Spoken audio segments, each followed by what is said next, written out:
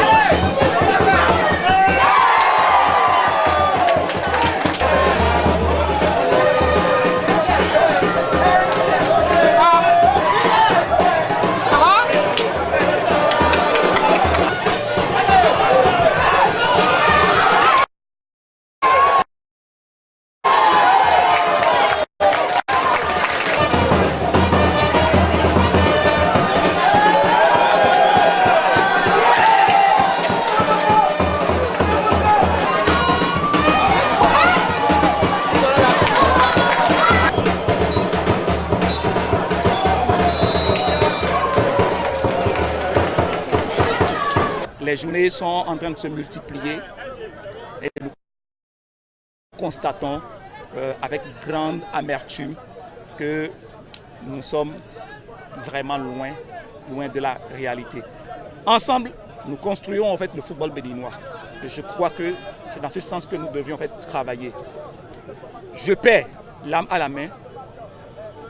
Je dis vive le sport béninois. La difficulté, c'est qu'on n'arrive pas à marquer et que les rares buts qu'on marque, on se fait égaliser. Aujourd'hui, ça n'a pas été comme ça. Les gars ont assumé. Ils ont été à la hauteur du match. On a eu des moments très difficiles, mais on s'est bien organisé avec les changements. Tout de suite, on a repris le jeu sur des contre-attaques. Et voilà, on pouvait faire mal derrière, mais on n'a pas été encore efficace pour marquer le 2e but et même le 3e but. Bon voilà, on prend ce que Dieu nous donne. Et on a demandé les 3 points, on les a eus. Très précieux, vous avez dit. Bon, moi, je ne sais pas si c'est précieux, hein, parce que Real est une équipe qui est venue de la D2. Je les considère comme les petits frères. Néanmoins, je suis satisfait. Satisfait des 3 points. Mais la manière avec laquelle on a joué, franchement, je ne suis pas trop satisfait. Le point complet de la Vitalo Ligue 1 à l'issue de cette 13e journée, c'est dans ce qui va suivre.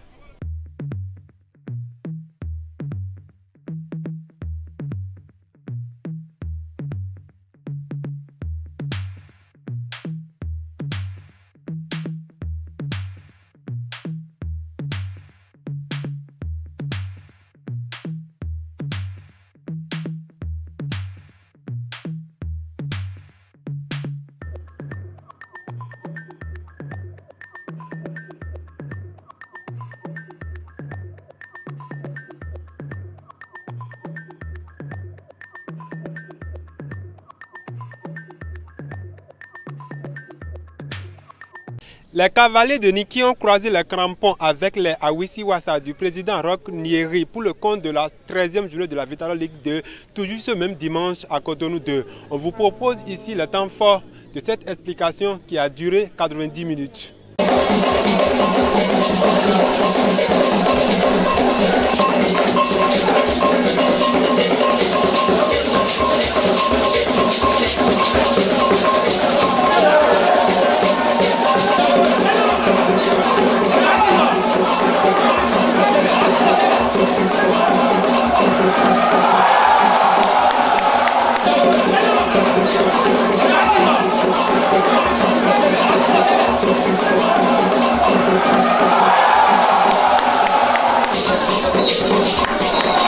Nous sommes vraiment émus. C'est une joie, on ne peut pas l'exprimer, C'est une joie pour toute l'équipe au fait. Et depuis déjà 3 matchs, on n'a plus perdu, donc ça prouve que l'équipe est maintenant en confiance et tout. Donc avec cette victoire, les 4 matchs qui restent, nous promettons vraiment aux fans de donner le meilleur de nous-mêmes afin de pouvoir prendre les 3 points à tous les matchs.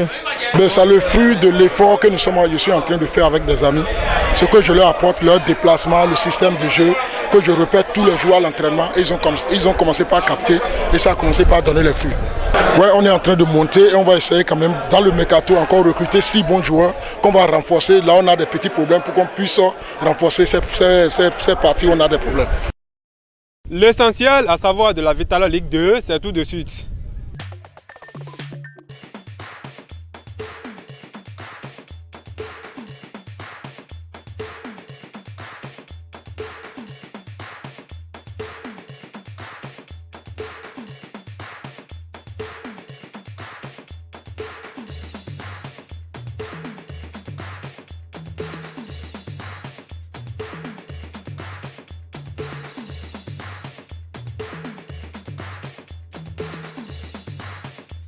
En Angleterre, Liverpool continue sans faute puisqu'ils sont allés gagner, ils sont allés battre les hommes de José Mourinho 1-0. Les Reds de Jürgen Klopp ont ainsi 60 points, 62 possibles. Mais à cette occasion, Sadio Mané, le nouveau ballon d'or africain, n'a pas eu l'occasion de célébrer son titre avec ses coéquipiers, avec le public, puisqu'ils étaient en déplacement. Il aura l'occasion de le faire certainement lors de la prochaine journée. Et il faut aussi rappeler que Sadio Mané est celui qui a gagné le 3e ballon d'or pour le Sénégal après que El Hadji Diouf, l'ancien joueur également de Liverpool, ait gagné ce trophée en 2001 et en 2002. Obadia Web TV, c'est l'information à votre portée. Continuez de liker et de vous abonner à la chaîne.